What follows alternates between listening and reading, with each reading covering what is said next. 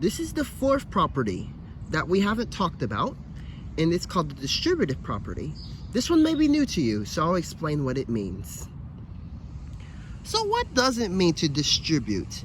That means to do the same thing to two things.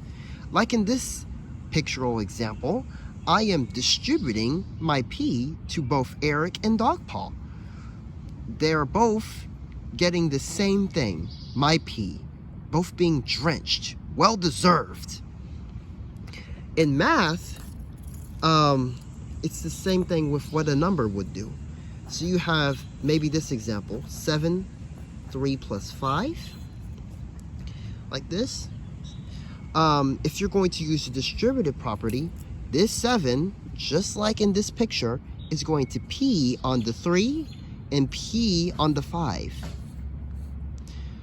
But in math, of course, they don't actually pee. They are multiplied. So 7 is going to be multiplied by 3, and 7 is going to be multiplied by 5. And then you just add them up. So it's going to be 7 times 3 and 7 times 5. So 7 times 3 and 7 times 5. And then you add both of these up. 7 times 3 is 21. 7 times 5 is 35. So if you were to add both of these together, you would get 56. So that's how the distributive property works. It's basically P physics. Let's try a more algebraic example. Let's try 2 3x plus 7y. How would we use the distributive property in this one? Well, remember, the 2 is going to p on the 3x, and it's also going to p on the 7y. So we're going to multiply these two and multiply these two. So 2 times 3x, so 2 times 3x is 6x.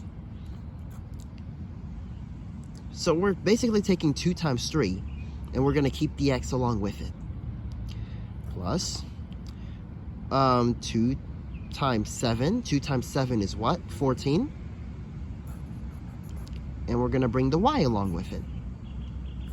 And then you can leave your answer as like that.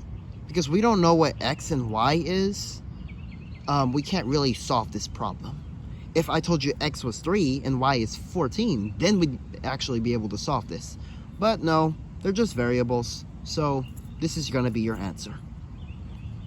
So yeah, that's distributive property. It's just you peeing on the numbers in the parentheses, or you multiplying by the numbers in the parentheses.